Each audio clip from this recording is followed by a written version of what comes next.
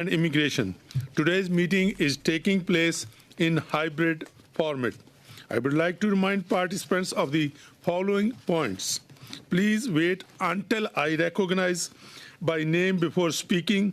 All comments must be addressed through the chair. Whether participating in person or by Zoom, please raise your hand if you wish to speak. The clerk and I will manage the speaking order as best as we can. 2024 Annual Report to Parliament on Immigration and Supplementary Estimates 2024-2025. Pursuant to Standing Order 1082 and the motion adopted by the committee at the meeting convened on October 21st, 2024, the committee is commencing its briefing on the 2024 Annual Report to Parliament on Immigration. And pursuant to Standing Order 815 and the motion adopted by the committee on November the 18th, 2024, the committee is commencing its study of the Supplementary Estimates B 2024-25, votes 1B, 5B, and 10B under Department of Citizenship and Immigration.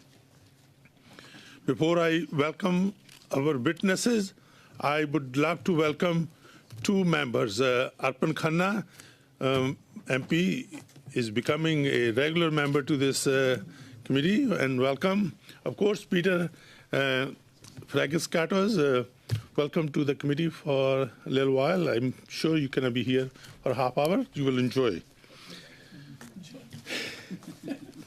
But this is probably the most disciplined committee that you will see. Not me, everybody here, all the members. And I would now like to welcome our witnesses for today's meeting. We have with us Honorable Marc Miller, Minister of Immigration, Refugees and Citizenship. Accompanying him, we have Deputy Minister Dr. Harpreet Singh Koshar, Senior Assistant Deputy Minister Strategic Policy, Louis Baird, Assistant Deputy Minister Service Delivery, Pammy Gale, Assistant Deputy Minister Asylum and Refugees Resettlement, Sojang Park, and the last but not the least, Chief Financial Officer Natalie Monso. Welcome. Minister Miller is with us for the first hour, and the officials will be available to answer questions during the first and second hour. I will keep few minutes at the end of the second hour to report the supplementary estimates B to the House if the committee decides to. Before I welcome the Minister, Peter, you are new to the committee, but Arpan, you've been regular. One thing in this committee is that members have very important tasks, to ask the question, and Minister and his associates have a duty to answer that. And I don't want to be in the middle interrupting your conversation. So if someone thinks that Minister or the associates are going too long, you raise your hand, I stop the watch. I would not take that time so as, I'm not in between your conversation. That goes smooth. With that, I will welcome Minister Miller for 5 minutes. Please go ahead, Minister. Thank you, Chair, and hopefully we don't spend the next couple hours disproving your opening statement about how disciplined we are. I want to first acknowledge our presence in Ottawa on the traditional and unceded territories of the Algonquin and Anishinaabe people. Je suis ici aujourd'hui pour discuter du travail. I'm here today to discuss the work we're doing to strengthen our immigration system through the Immigration Levels Plan and obviously the Supplementary Estimates B. Immigration, as you all know, you study it, has shaped Canada, and it remains extremely important for our future. Our country's growth, prosperity, and diversity are linked to a well-managed immigration system. For generations, we have opened our doors to newcomers, welcoming their skills, innovations, and contributions to strong, growing communities. To the more recent global pandemic and labor shortages, we implemented temporary measures to attract some of the world's best and brightest to study and work in Canada, among other things. These measures have helped us navigate a really challenging period, avoid recession, and accelerate our recovery, which it did. Today, Canada's economy has evolved. While newcomers remain essential to our economy, filling critical roles in healthcare, trades, and other sectors, we do recognize the need to pause population growth and return it to pre-pandemic levels. That's why we've taken a comprehensive approach to protecting the integrity of our immigration system and ensuring sustainable growth. For the first time, Canada's immigration levels plan includes targets for temporary residents, including foreign students and temporary foreign workers, in addition to targets for permanent residents. This approach takes economic needs into account while mitigating current pressures on housing, infrastructure, and, of course, social services. Our permanent resident targets to 395,000 in 2025, a decrease of 105,000, 380,000 in 2026, and 365,000 in 2027. This levels plan builds on recently announced reforms. For international students, we've introduced annual caps, required verification letters of acceptance, and tightened the access to postgraduate work permits. These measures are already showing results, with international student numbers down by volume by 43% in 2023, and high demand areas like Vancouver and Toronto beginning to see reductions in rental prices. This is important. Yeah, right. Our new plan prioritizes people with Canadian experience. We're aiming for over 40% of new permanent residents to come from temporary residents already contributing, already integrating to Canada. This in Canada focus aligns with labour market needs while easing pressures facing Canadians. The revised targets are expected to reduce the housing supply gap by about 670,000 units by the end of 2027. And if you rely on the more recently released PBO report, reduce housing supply gaps by half. Même si les besoins économiques du Canada sont importants, nous restons. While Canada's economic needs are great, we remain committed to our humanitarian tradition, namely of helping some of the world's most vulnerable people. This will not stop.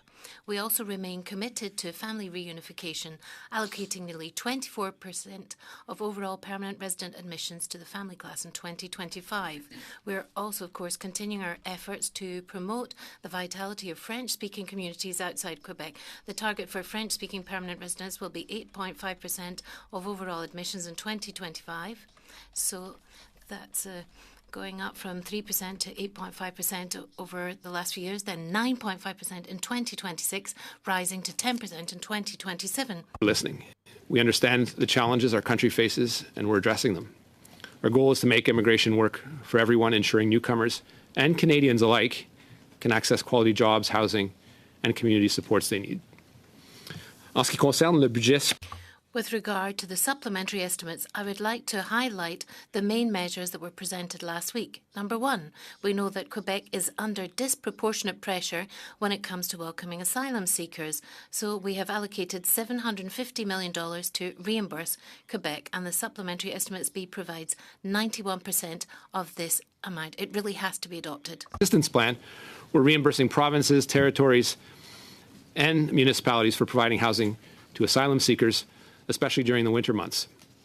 And third, through the interim federal health benefit program, we're providing necessary health care to refugees and asylum seekers until they are eligible for provincial or territorial coverage. Merci, Monsieur le Président. Il me fera un plaisir. Thank you, Chair. I'm happy to field your questions. Thank you, Minister. Perfect timing, 5 minutes. Now we will go to the honourable members. We will start with the Honourable Member, Mr. Kmich, for 6 minutes. Please go ahead. Thank you, Chair.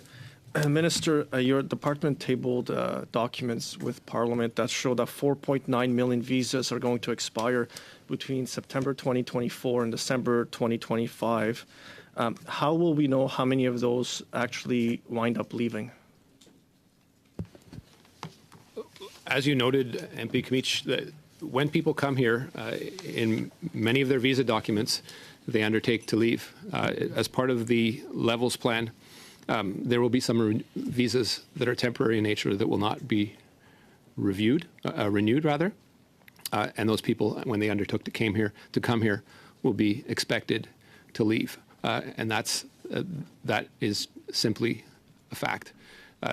We'll have to monitor that carefully. There are many measures within our department to monitor these things, but it's one that, Minister, given the volume in question, it's something that we'll have to be very careful in supervising. 1 second, Mr. Coach, I stop the watch. Let him finish. And you can ask. Would appreciate that. Okay, so I'll go to Minister. You have finished your remarks. Okay, Honourable Member Camich, please. Minister, I wasn't asking about whether they will leave or not. I'm asking you how will you ensure that a person whose visa has expired will leave? We know that just on study permits, there are 766,000 expiring by the end of December 2025. How will your department ensure that at the end of those study permit periods, those persons will leave? Again, there are many ways that people leave the country, Tom. The vast majority leave voluntarily, and that's what's expected. So explain those ways. How will you ensure it?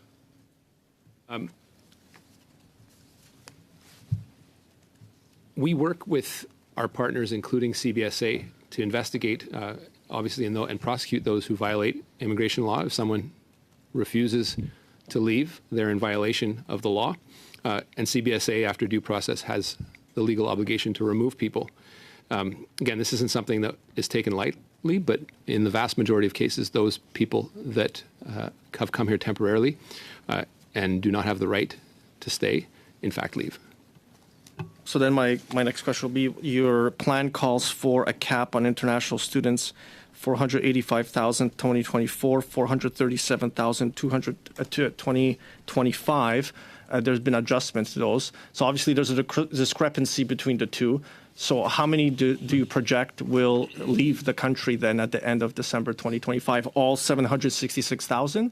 What's the proportion? What are the forecasts the department has? You'll have to be clear on that. A discrepancy between what and what? Between the number of people who will be allowed into the country and then the number of people who will be on a study permit that's expiring. So those who are expiring the end of December 2025, how many of them will actually leave? Are you saying 100% will be expected to leave, or are you going to send CBSA to chase all 766,000?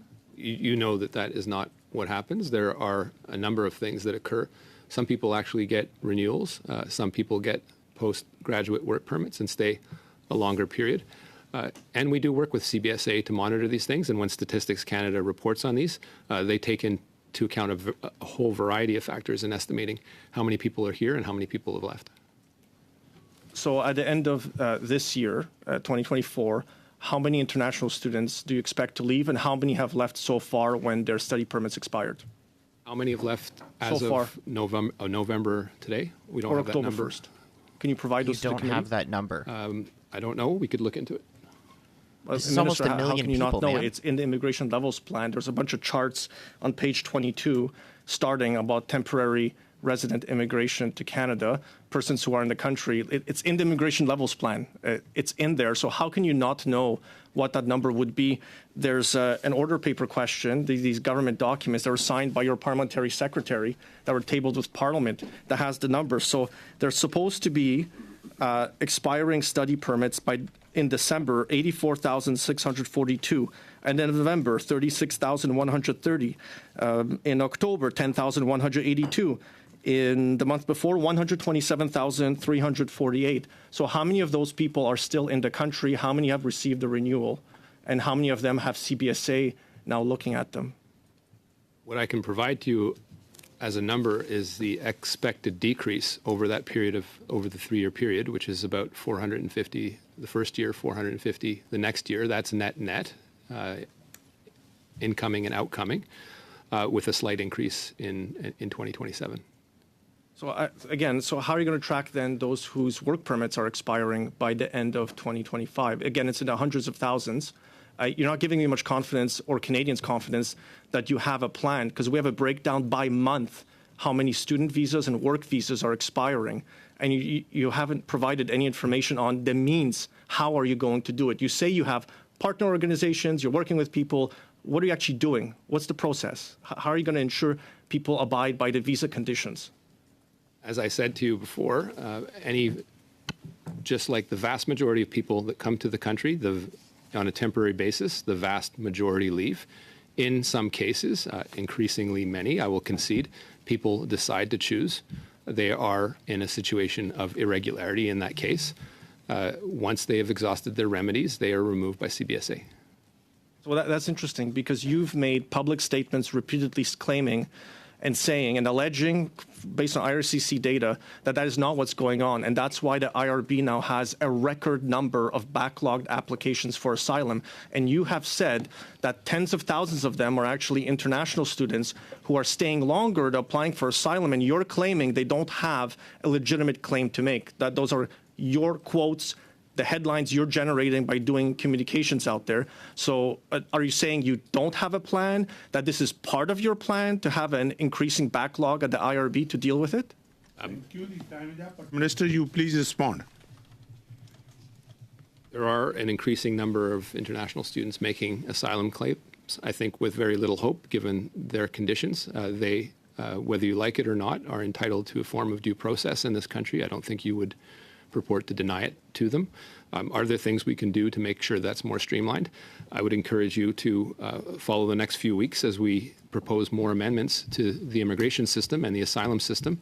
But let's recall that every party in this House, except for the Liberal Party, voted down our asylum reforms in the budget. A bit shameful, considering that Conservatives had proposed these in earlier years, but you chose to play politics about it. This is a system that is in need of reform, and it's in need of reform in the right way. Thank you. We'll go to MP Zahid for 6 minutes. Please go ahead. Thank you, Chair. Thank you, Minister, for appearing before the committee. Minister, I represent a large Lebanese community in my riding of Scarborough Centre that is very worried for the safety of their relatives back in Lebanon.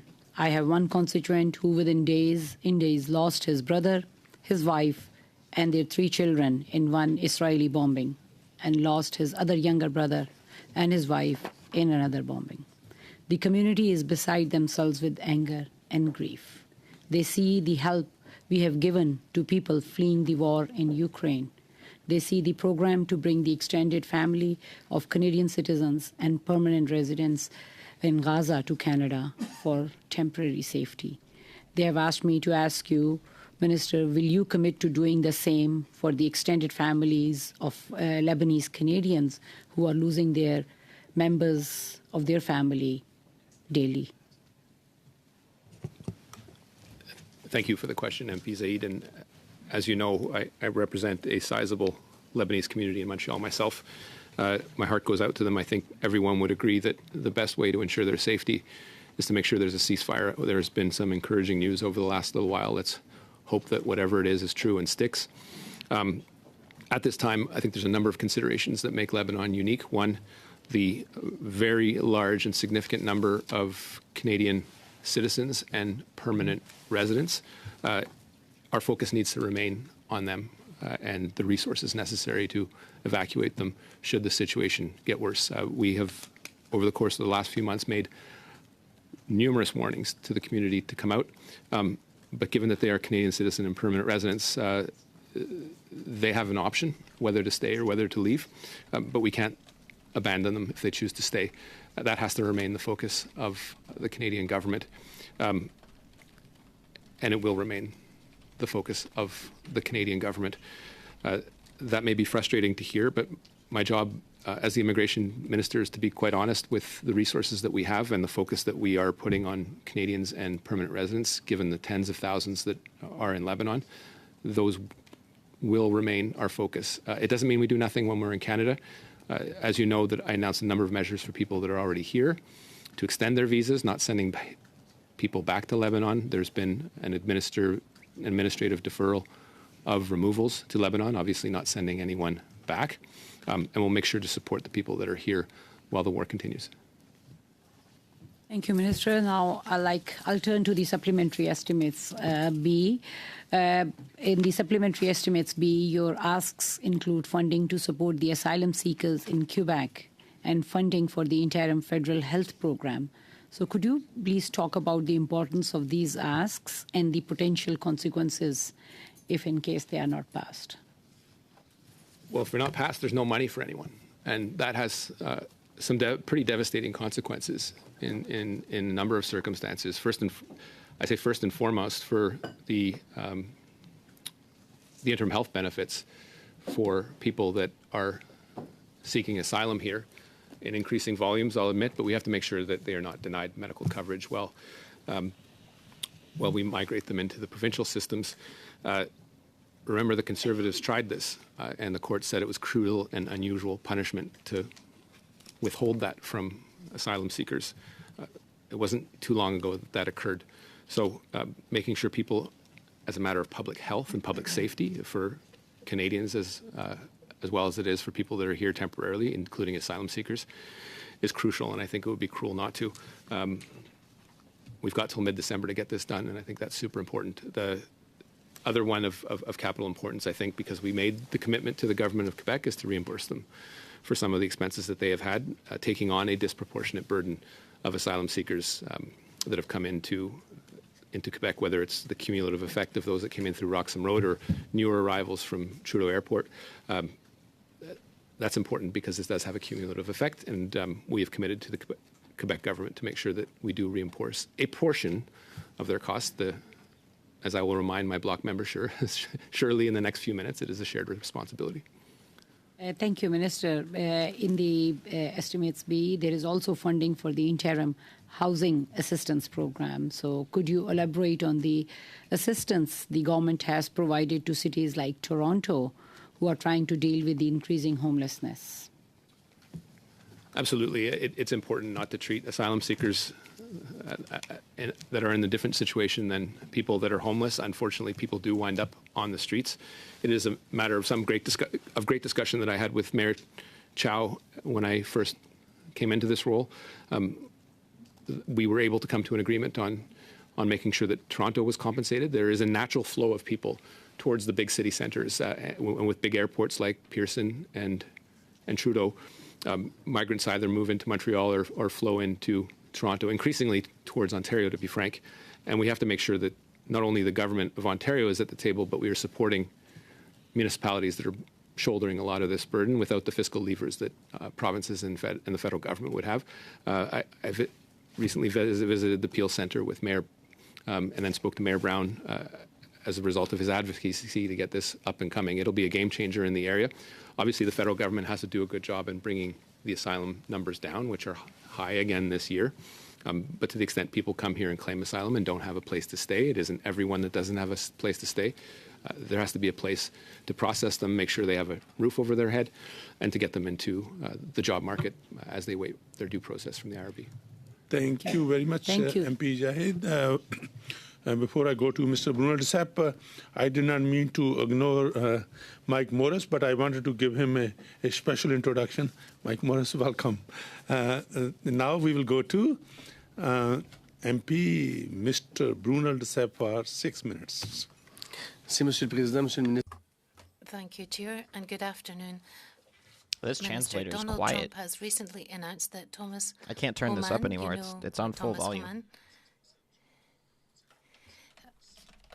also known to the to the Borders Services Agency, and Pete Hoekstra has also been named to Canada as the ambassador. Perhaps you know that he was very much in favour of the 2025 project. So what about your government, your department? Do you have a plan if Canada is faced with an unprecedented wave of asylum seekers as a result of this type of nomination in the US, and in particular what Donald Trump said during the presidential campaign? Thank you very much, Mr. Brunel de Sepp. It's true that whatever the US does as a country has an impact on Canada one way or another in terms of the population. A tenth of their population has strong economic ties with the US, so whatever they do certainly has an impact on us here. A plan, you've referred to a plan. Well, it would be naive to, of course, roll this out in public. As I've said on several occasions, we've got our cabinet working group that's working on several measures to, first of all, work with the US, whatever a philosophical position may be vis-à-vis the US or the incoming president. We have to work with them. And at the border, we want a secure border, and we don't want to have a repeat of what happened at Roxham Road a couple of years ago. Chair? Just before your next question, the American problems should not become Canadian problems and vice versa. That's what we're going to discuss with the incoming administration. We'll have to make sure if there's an issue where Canada is involved, we need to be involved ahead of time to work on it together to resolve it. There are NGOs who are raising red flags and saying there is a risk that there'll be a wave of asylum seekers because we're talking about mass deportations threatened from the US, and the Bloc Québécois is putting forward a motion to have a study on the consequences for Canada of the measures that have been announced by Trump during the presidential election. And we're calling you to appear before the committee for 2 hours accompanied by senior officials. So can you confirm that you will come before the committee on this study? I know there's another committee that's competing with you for my presence. I will see when the time comes. I cannot give you a firm commitment for 2 hours. I don't know what I'm going to be doing in the 3 hours from now. So if it's a study that's duplicating the work of another committee, then the committee will have to decide on this itself. But I think it is a very important subject. And whether the discussion is held here or elsewhere, we will need to examine this at a later stage. This will certainly be an important study. Now, for 2 years, the Bloc put questions forward on the immigration level set by your government and underlined the pressure on public services and also the housing crisis. And every time, the answer was basically that there was no link between these two. But now, when you announced that you were lowering the levels recently, your justification was that there was a pressure on social services and there was a housing crisis. So I've got quite a simple question. When it was the Bloc who talked about this, apparently it wasn't the case, but now you're actually justifying this drop by using the same arguments that we've been putting forward in the Bloc for the last 2 years. No, with this question, I hope you're actually expressing support for our levels plan. No, not at all is the response. Minister and as a responsible minister and as an MP, we have to be fair and proportionate in our public statements. To hear a Premier from a province saying that 100% of the ills in a society fall upon the shoulders of immigrants is unfair. And no, I was talking about the Bloc Québécois. You're always responsible for this. So you're not the single voice. So that how disciplined we are all together. I have stopped the watch, so one person at a time because it's hard on the interpreters. So I would go to, because the watch is stopped, I will give Minister the floor. Simplement conclure ma pensée, Monsieur le Président. I just wanted to finish my thinking because I don't believe you're the only voice for Quebec in the Parliament. There are Liberal MPs who are also very effective spokespeople for Quebec. It's a question of volume. And I've said everywhere that volume was having an impact on affordability, but we need to be fair in the way we actually identify this problem.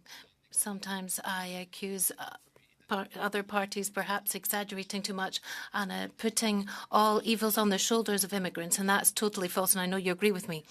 Well, the Many analysts have said that the Bloc was being very responsible when it came to immigrants at the end of the last session, but I didn't hear you congratulating me on that. Now, back in 2022, there was an idea raised that several deputy ministers and Minister of Immigration talked about an emergency measure. If there was an international conflict, we wanted there to be a more permanent emergency measure within the IRCC, and we were told that you're working on the Bloc's idea. If you're still working on this idea, can we expect an announcement soon on this? Well, there was Louis Plamondon from the Bloc Québécois who said that if you need something to do, then take action. And I can certainly congratulate you in general for your comments. Now, what was the question? I've forgotten. Oh, yes, on the emergency planning side of things. Yes, we're working on this. There is a mechanism which has not fully been examined in the Cabinet yet, but this is coming up very soon.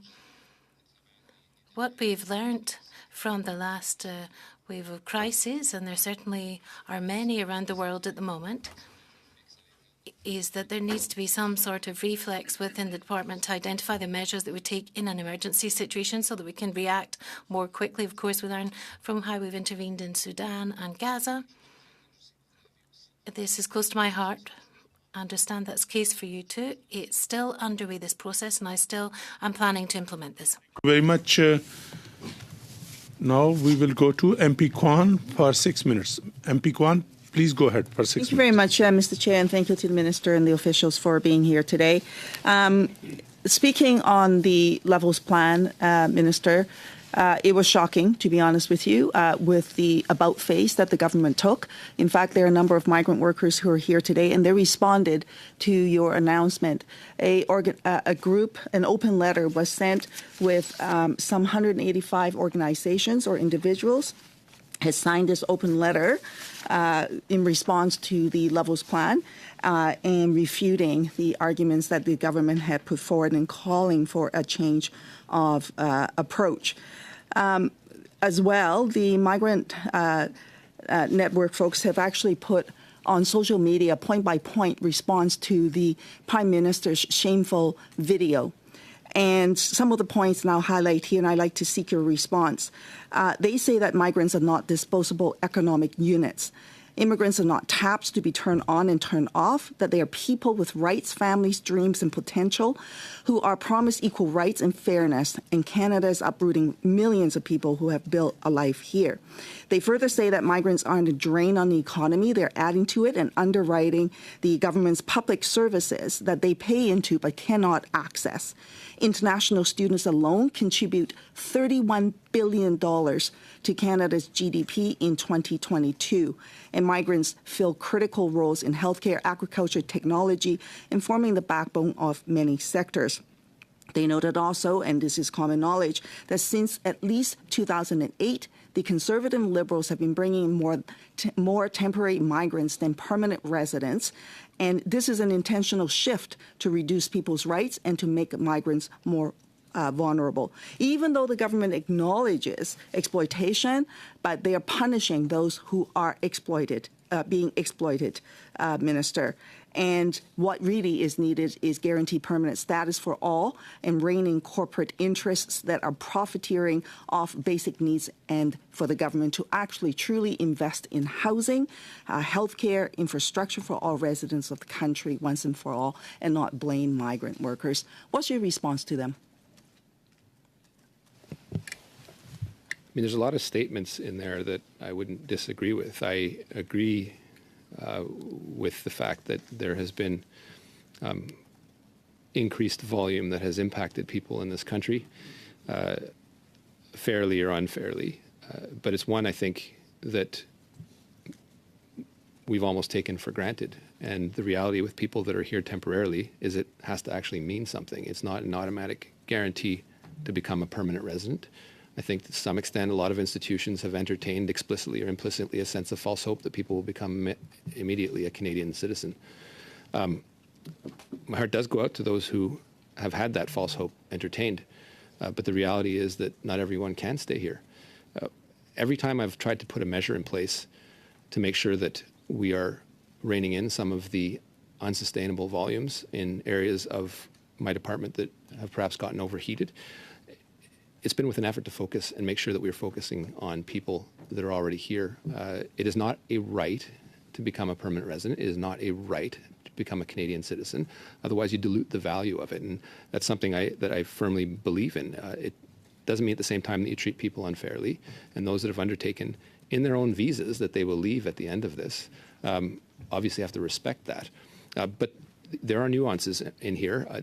That is why in this plan, I made sure that there was a good 40% of the plan that was focused on in-Canada draws, so that we are bringing in the skilled people that the country needs. And I think that is something, well, we make sure that those that do have responsibility over, including the federal government, but also provincial governments that go out and pick and choose and have their own programs of bringing people in, focus on the domestic pool of talent that's here, often young, making the workforce younger. So it is challenging, but it's one I think that is not couched in absolutes. We have to make sure that we are flexible and making sure that we are reducing the volumes in a fair and managed and controlled way. And I think fundamentally the levels plan that we put forward this year is one that is reasonable and shows to Canadians that we've been listening. Well, actually, Minister, you are one of those people that actually gave people false hope on the regularization program. This supposing broad regularization program came to be not. And in fact, the levels plan, I don't know if it's some sort of joke. The plan actually in 2015 calls for 50 people to be regularized. What sort of joke is that?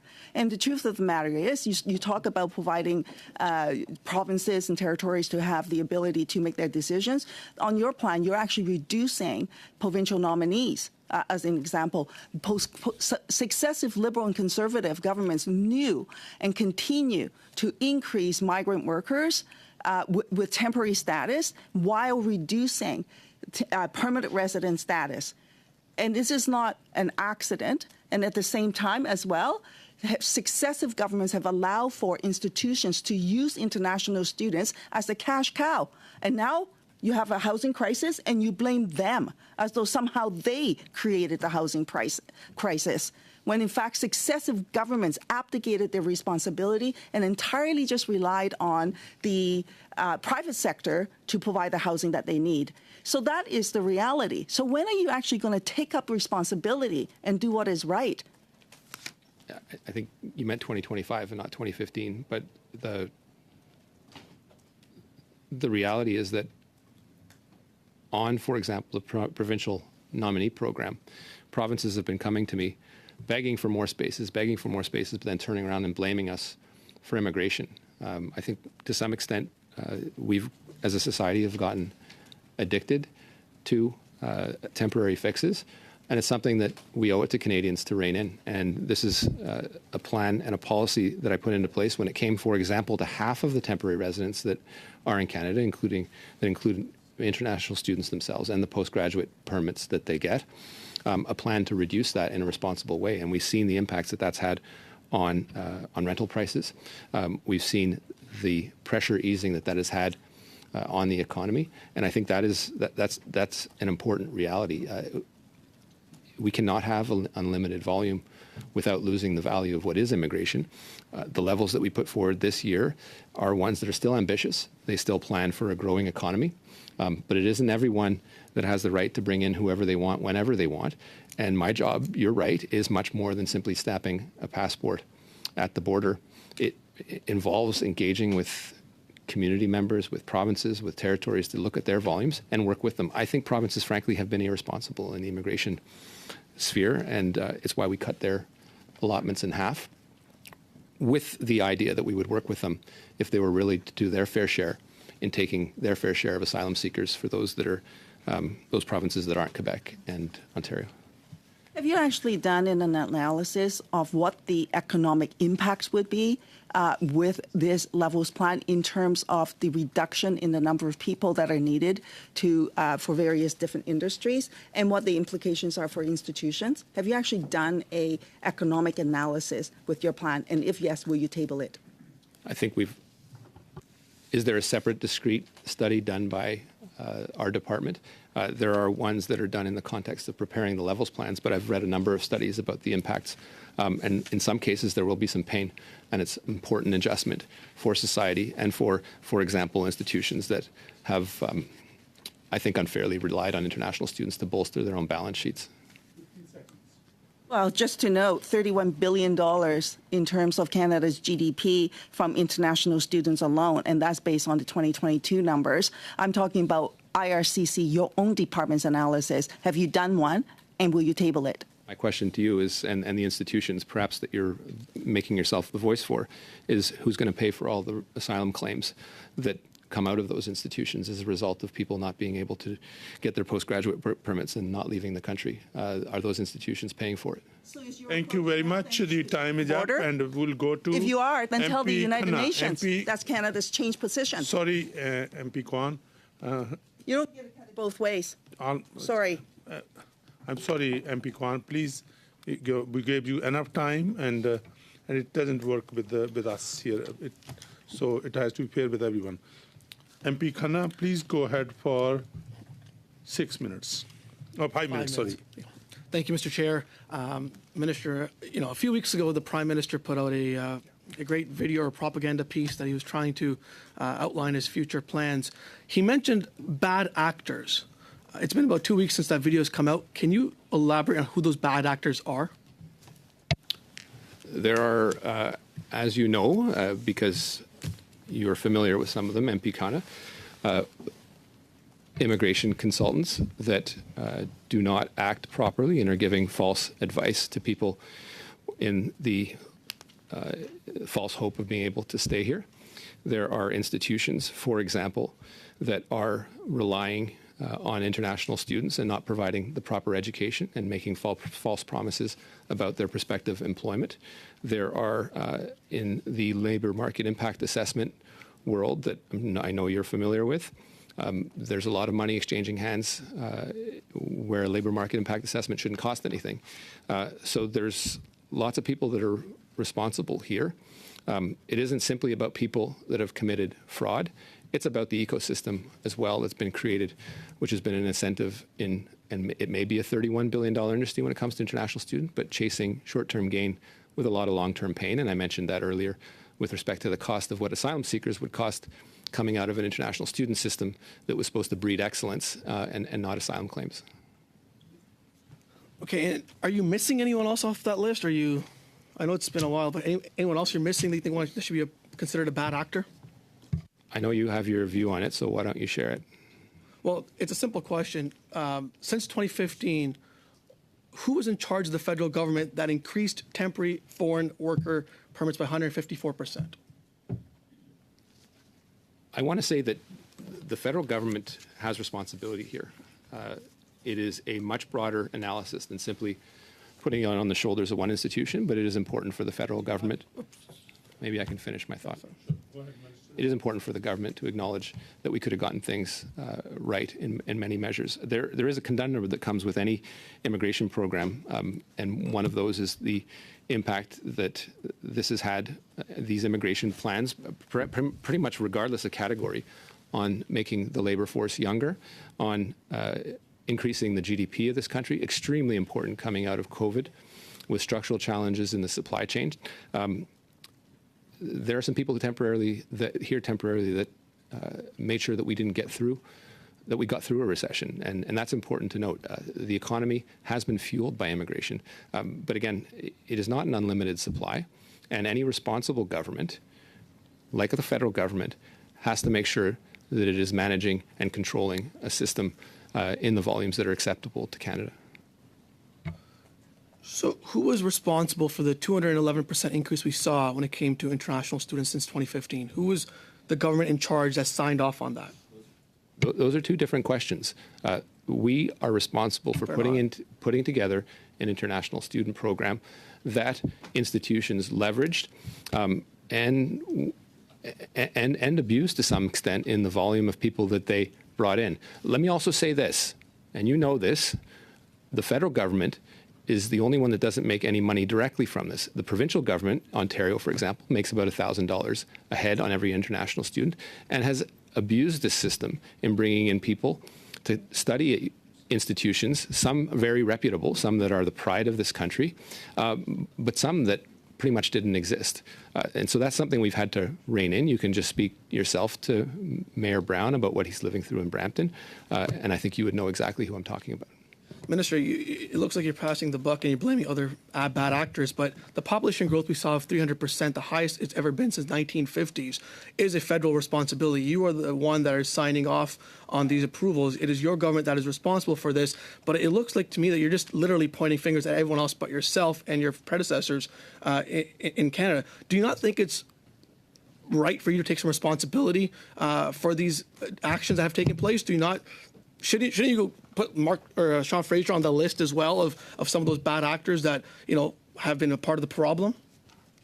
Sean Fraser is one of the guys who counseled me to do this, and we all bear our. So after creating the problem, there's lots of responsibility to go around, Arpan, and I think you'll know that immigration is a shared responsibility. Provinces, institutions of various descriptions come to us and ask us for different programs. We have a very important role in making sure that we get it right, and that's why I introduced the measures that I did last year with another wave in the fall, in addition to the levels plan that is the subject of conversation today. Minister, how many permanent residents do you expect in the next 3 years? I expect what's in the levels plan. So 395,000 next year, a reduction of 105,000, 380 the next, and the year after that, 365,000. And how many temporary resident permits do you expect to issue in those 3 years? You can look in the levels plan for that. I'm asking you, Minister. It's in the levels plan. I'm asking you for those numbers, Minister. Look in the levels plan. Do you not know the numbers? I know the numbers. What are the numbers? How much time do we have? Lots of time, Minister. Lots of time. What's the numbers? You're not the chair, Larpan. 2 minutes, Minister. We still have 2 minutes to the round. We'll look in the levels plan. Harpreet, if you have that, feel free to share, or we can actually table those. I can. It's okay. Just give me the answer. It's okay.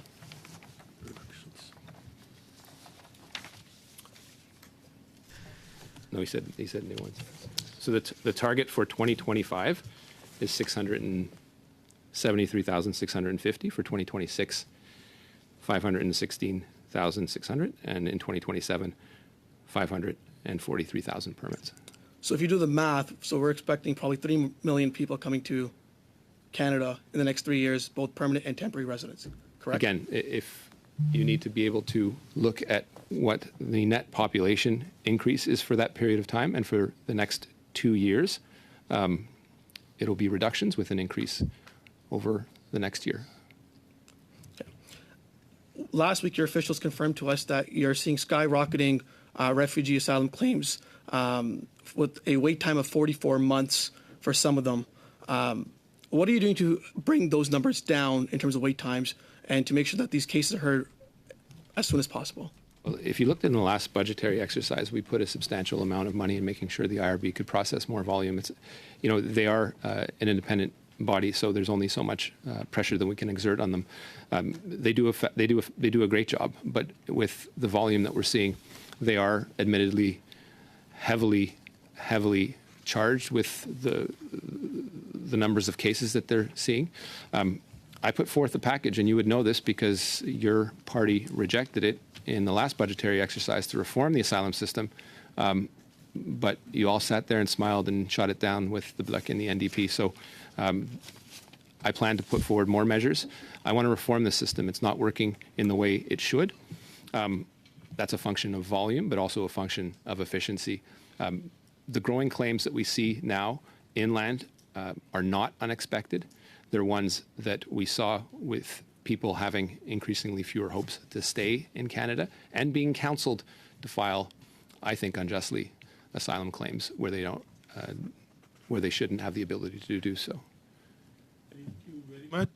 We will go to MP Ali for 5 minutes. MP Ali, please go ahead. Thank you, Chair. Through you, Chair. Thank you, Minister. This guy's and mic your is team really quiet. For the great work you have been doing since, Minister, you have taken this portfolio. I know it's really tough, but you have been doing a great job. Last week, I had a meeting with a group of international students who came to Canada on the program TR to PR and qualified to PR program prior to the pass on the program. They told me that they are being affected by the 50 additional points given to LMIA holders, applicants. Could you share how reforms to programs like postgraduate work permit and temporary foreign workers program align with our immigration goals? Yeah, thank you, Shefkat. I can't speak to individual cases, and thank you for meeting with people that are in a challenging position. What we're trying to do with this levels plan, and it is something that became immediately obvious to me when we saw the potential growth in, for example, international students, if we hadn't put a cap in, is align a number of I think, competing realities. The fact that we could not, even in our most ambitious iteration of any plan, have enough space to fully absorb everyone that was here temporarily, nor is everyone entitled to do that. But at the same time, with this levels plan, reducing the number of people becoming permanent residents for all the reasons that I've spoken about, while focusing on the domestic labor pool that is here. There's work that needs to be done in our point system. I'm not going to speak too at length about it because there are many facets to this. Some remain to be analyzed. But clearly, 50 points for an LMIA creates value in something that shouldn't be ascribed value in that context, and creates the incentive for less than good behavior, I would say, to be polite.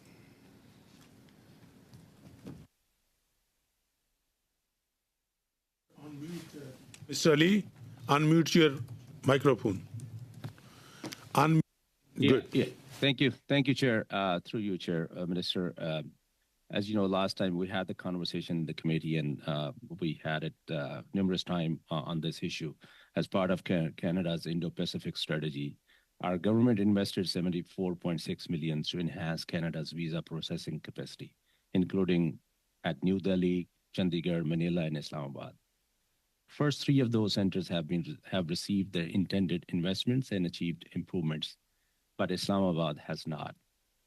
I'm constantly hearing from my constituents in Brampton Centre and from Canadians of Pakistani origin across the country about this issue, about the visa processing situation in Islamabad.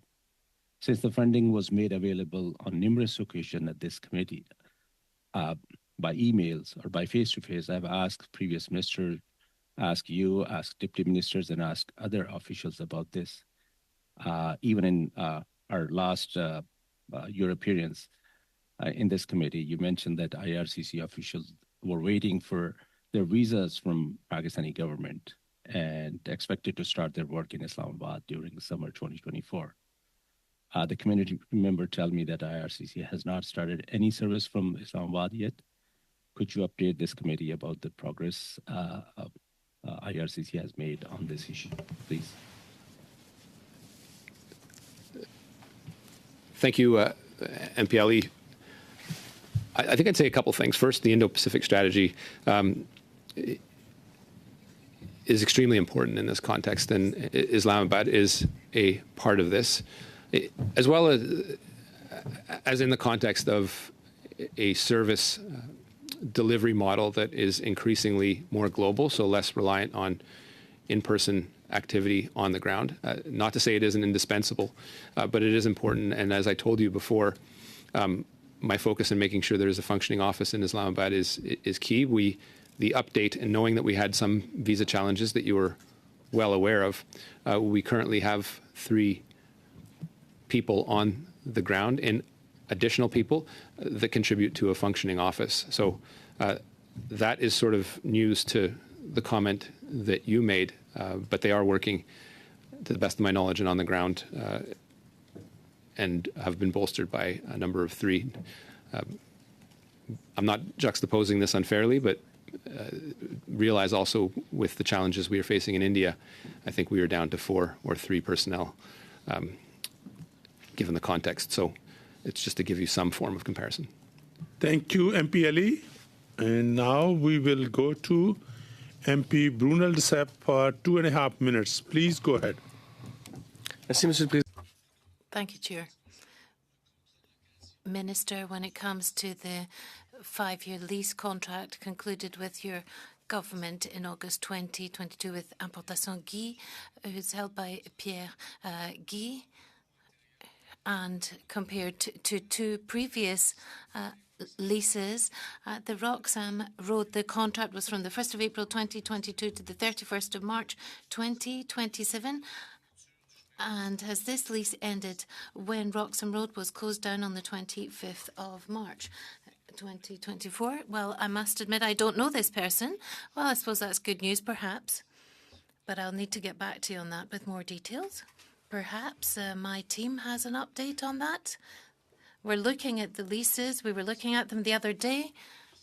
Well, it's quite a simple question. There's contracts that were signed for leasing and for renovation of the facilities for Roxham Road, and they were signed up until 2027. So logically, when I sign that sort of contract, I have a clause which says this becomes obsolete if Roxham Road closes down. Did you have that clause in the contracts? And if it wasn't in there, can we have the amounts that were given, granted since the closure of Roxham, and the amounts that still have to be paid out until the end of the contract, or otherwise? Has this contract been rendered null and void or not? Could you answer to that quite simply? And if your department is not aware of this, it's 2024 now. It's not the first time we're putting this question. Perhaps somebody's been asleep at the switch in the department. Well, we can certainly look into that and pass that information on to you at a later stage. I don't have the information. Perhaps it's border services. Could you please confirm that you would give that information to the committee? We will look into that and then give that information. I do hope so, because it's public. Now, for the postgraduate diplomas, I put a question to your department, and I was blown away to hear that they didn't know how many international students were actually in the Cégep network in Quebec. And I even got the impression that your officials weren't really aware that there was a different education system in Quebec compared to the rest of Canada. So perhaps you need to give some training to your officials to explain that there's a difference between the educational network in Quebec and the ROC. First question, is it normal to not be aware of the number of international students in the Cégep network? If you ask Joe Blog in the streets, everybody knows who's in the Cégep. Why do you don't know these figures in Ottawa? Well, I understand Cégeps myself. Obviously, we should know this figure, but if you didn't receive it, then that doesn't mean that our department did not have the figure. They said that they did not know. That was the response. Thank you, Chair. Time is up for this. So now we will go to MP Kwan for 2.5 minutes. Please go ahead, MP Kwan. Thank you. I'd like to turn to the Lebanon community. And as the minister indicated, there's been measures for people who are already here in Canada, but there are no measures for family members with loved ones who are stuck in Lebanon right now. Why did the government not bring in special immigration measures for them? I'd refer you simply, MP Kwan, to the previous answer I gave to MP Zaid. When it comes to Lebanon, it is a particularly, you can shake your head at me all you want, but you either want the answer or you don't. It is a particularly unique situation of having Canadian residents and permanent residents in numbers that we don't see in any other country pretty much around the world in a crisis situation, and our focus and all the logistics and planning needs to remain on them. It's actually not me who's shaking my head, Mr. Speaker, Mr. Chair, is the family members with loved ones. I'm aware of a family whose spouse, a Canadian family member, whose spouse and child are being left behind. They cannot get a visa to get to safety, and they're being asked to leave their spouse and child behind. That is the reality. That's what people are reacting to. I'm pretty sure MP Said would have heard about these cases and is equally concerned with the situation. And so we have in the immigration levels plan that the government, the minister, you're reducing the refugee numbers actually by 20% in 2025. And we have not only just the Lebanese Canadian community who cannot get to safety, that there's no special immigration measure for them. Sudanese communities' applications are severely delayed. So far, there's been a complete failure with Gaza. Hong Kongers are going to be faced with 8 years waiting to try and get their permanent residence. I can go on. Afghans, by the way. I have a giant pile of Afghan applications. And guess what? They've gone through all of their processing. Everything has been done. And you know what? Their bring forward date in a letter is in July of 2025. Minister, how do you explain that? That all these applications are just faced with severe delays. We, as you know, we've welcomed 53,000 people from Afghanistan, and you're sighing at that again. But I mean, yeah, and people are dying as their applications are being brought forward in July of 2025. Explain that to them as they're hiding from the Taliban and their lives are in jeopardy every second of the day. We've welcomed 53,000 people from Afghanistan, and your grandstanding won't change the great accomplishment so that we've been able to do as a country. I actually have a pile of applications of people whose lives are in danger, waiting for you to take action. People who served Canada. Okay, on behalf of the committee members, I want to thank the Honourable Minister for being with us. We will suspend, I have Mr. Morris. Yeah, thank you, Chair. I'd like to request consent from the committee for a minute for a question. Yeah. Clerk, can you please?